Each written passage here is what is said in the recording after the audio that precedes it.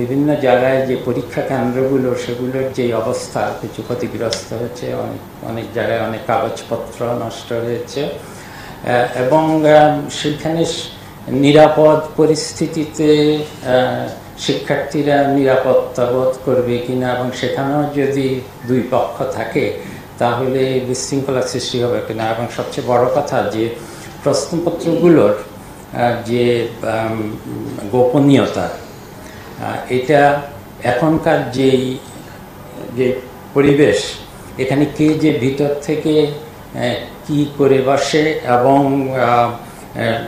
কোনো একটা চক্রান্ত যে কোনো পরীক্ষাকে প্রশ্নবিদ্ধ করার যথেষ্ট সুযোগ এখানে অনেকের আছে ভিতরে, আমরা তো জানি না এরা কারা। এর পক্ষে বিপক্ষে যুক্তি রয়ে গেছে। আমি নিজে চেয়েছিলাম আরও বিচার বিবেচনা করে সময় নিতে, কিন্তু আপনারা জানেন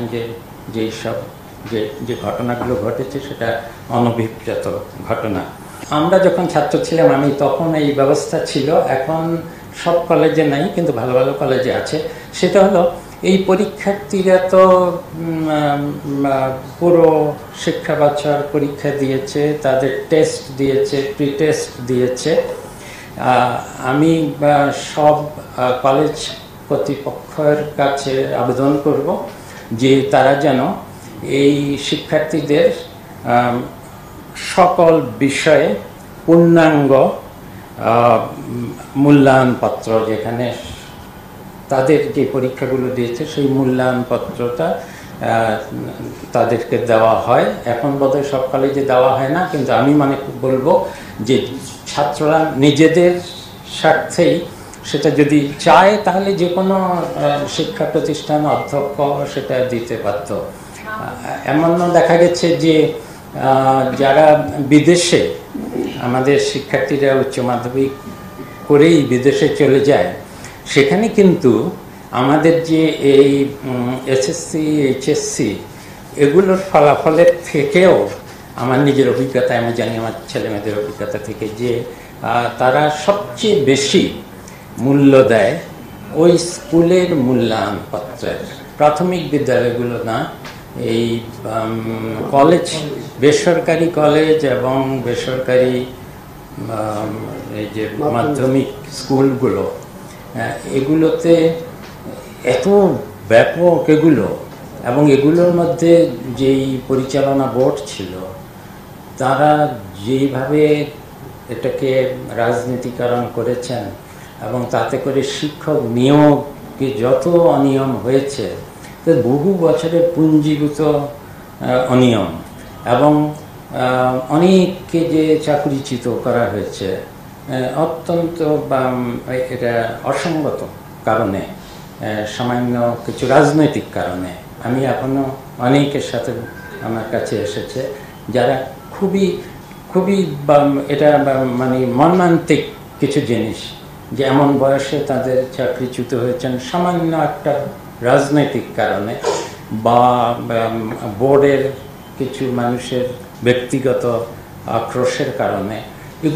এগুলো আমার কাছে একলা একলা এসেছে, যেটা হাজার হাজার। এটা একটা নীতিগত সিদ্ধান্ত ছাড়া তো এটা সম্ভব না, কি করা যায়। এর জন্য একটা হলো যেটা, যে আমরা তো একটা বিরাট আন্দোলন হয়ে গেছে, অনেক অন্যায় অবিচার হয়েছে, মানুষের মধ্যে পুঞ্জীভূত ক্ষোভ আছে, যারা চাকরিচ্যুত হয়েছেন তাদের মধ্যে ক্ষোভ আছে, কিন্তু একটা সকল অভ্যুত্থান বলুন বা গণজাগরণ বলুন, তারপরে তো আমরা আবার একটা সভ্য সমাজে, সুশৃঙ্খল সমাজে ফিরে যেতে চাই। এবং শেষ পর্যন্ত তো শিক্ষাঙ্গনের যেই পরিবেশ, যেখানে ছাত্র শিক্ষকদের মধ্যে যে ধরনের সম্পর্ক আমরা আশা করি, সেটা তো ফিরিয়ে আনতে হবে। অন্তত পাঠ্যপুস্তকগুলো দেখতে অন্তত দৃষ্টিনন্দন হবে, কাগজগুলো এত খারাপ হবে না, এর মধ্যে ছাপায় এত ভুল থাকবে না। এটা সরকারি যে প্রকিউরমেন্ট পলিসি আছে না, ওগুলো তো আমলাতান্ত্রিক। সেই আমলাতান্ত্রিক জটিলতাকে যতদূর পারি কমিয়ে এনে আমার নিজের উপরই দায়িত্ব নিয়ে, যে উনি যদি কারাপশন করে থাকেন করেছেন, কিন্তু তা সত্ত্বেও আমি চেষ্টা করব যে অন্তত বইগুলো সুন্দরভাবে ভালোভাবে মুদ্রিত হয়, ঠিক সময়ে মুদ্রিত হয়, আর্থিক অনিয়ম হবে না, এটা আমি নিশ্চিত করব। টেক্সটে কি ধরনের পরিবর্তন আনছেন স্যার? টেক্সটগুলোতে কিভাবে পরিবর্তন আনছেন? ইতিমধ্যে একটা শপথে আমরা দেখছি স্কুলে, প্রাইমারি স্কুলের যে অ্যাসেম্বলিতে শপথ হতো, ওটা আমাদের একটা কমিটি তৈরি করে দিচ্ছি। আমি তো সব বিষয়ে বিশেষজ্ঞ না। টেক্সটে এক্স্যাক্টলি কীভাবে ন্যূনতম করতে হবে, কারণ সময় নাই, অতি দ্রুত করতে হবে। এবং ওই যে একটা আমলাতান্ত্রিক পদ্ধতি, যে ইনি হবেন প্রধান কি যেন বলে লেখক, তারপরে পর্যায়ে অন্য লেখক, এত কিছুর সময় নাই। একজন যিনি ভালো পারেন, উনি কলেজের শিক্ষক হন বা বিশ্ববিদ্যালয়ের শিক্ষক হন, উনি নিজের দায়িত্বে আমাদের কিছু গাইডলাইনে উনি নিজে করে দেবেন।